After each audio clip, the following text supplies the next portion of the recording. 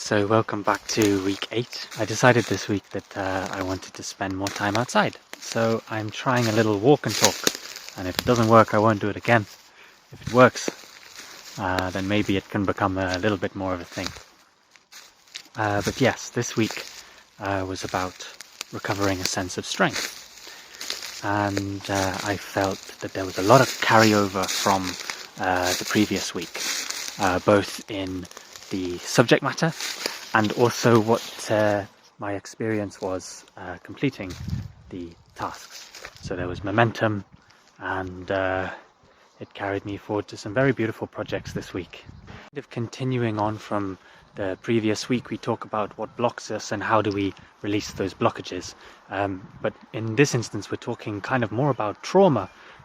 Teachers that maybe didn't give us the right kind of encouragement, or people in more kind of parental positions that didn't fulfill their what we needed to hear as artists. The chapter focuses on how we carry on after experiencing an artistic loss in that sense. How do we kind of turn that scar tissue into something that will heal? This week focuses a lot on practical changes that you can make in your current life, in its current orientation, that are directing you towards that dream.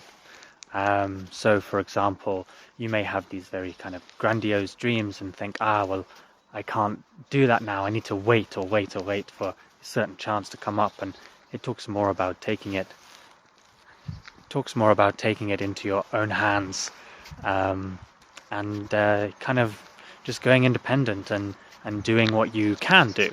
The chapter talks too about how academics can hinder our artistic growth.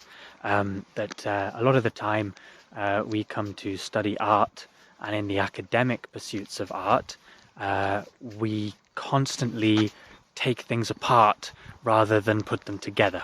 We become expert analysts and criticizers, and we can pull every single little detail out about what is wonderful about this famous artist who we admire and appreciate. But then when it comes to our own work, it then carries over.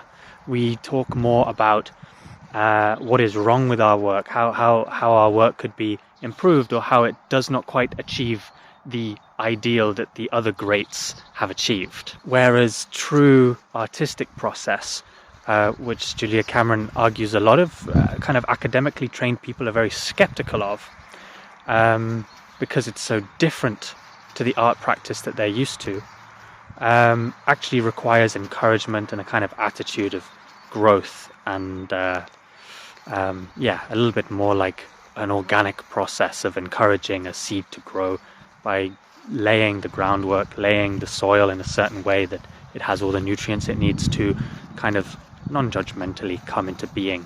Julia Cameron asks us to question how our teachers may have undercut our dreams,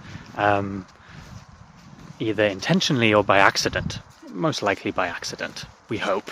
In lieu of this, quite often artistic people find their own dreams to be grandiose, and so they settle for a kind of calmer version of the dream that they had. Since they turn their artistic endeavors into commercial endeavors, and then perhaps along the way almost forget the dream that they had in the first place that brought them to that career or that path in life in the first place. Remedy to this, if you like, is to, the book suggests, is to gain autonomy from the voice of your teacher, if your teacher has kind of treated you in that way, intentionally or not. In the same way that a child at some point when they grow up needs to gain some kind of autonomy from an overbearing parent, you may too need to gain autonomy from that teacher.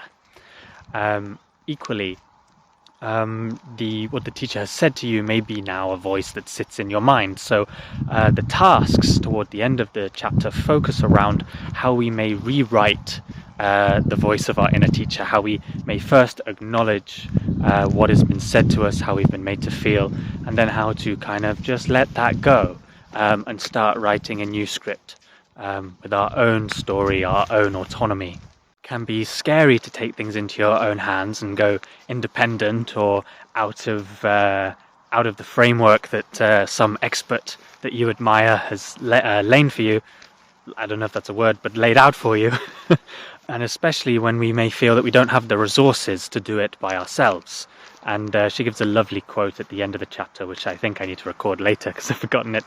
But about if I can't film in this certain quality, I'll film in a different quality, like Super 8.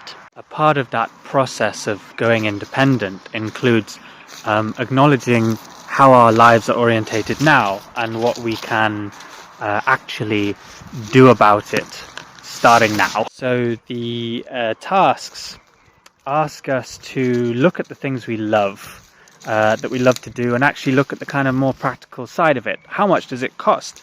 Do we have time to do it? Do we need other people for it? Can we do it alone? And actually gets us to kind of lay that out for ourselves. And then from that point, gets us to kind of write a perfect day as an artist, as our lives are constituted now. How can I actually get to that writing class with the money that I have, or the time that I have, or how can I give time to myself to work on that project that I've always wanted to do, but have given myself many excuses not to do. So it leaves us with no more it leaves us with no more excuses by the end of it, and we feel empowered and strong and ready to tackle it. Even if it's not exactly the dream we imagined, we're at least now beginning to step in the right direction. So my story from this week, and feeling the momentum from last week of unblocking and feeling the confidence and empowerment to do my own projects, I was removed from a project that someone else was doing, and I felt very sad about it, and very disempowered.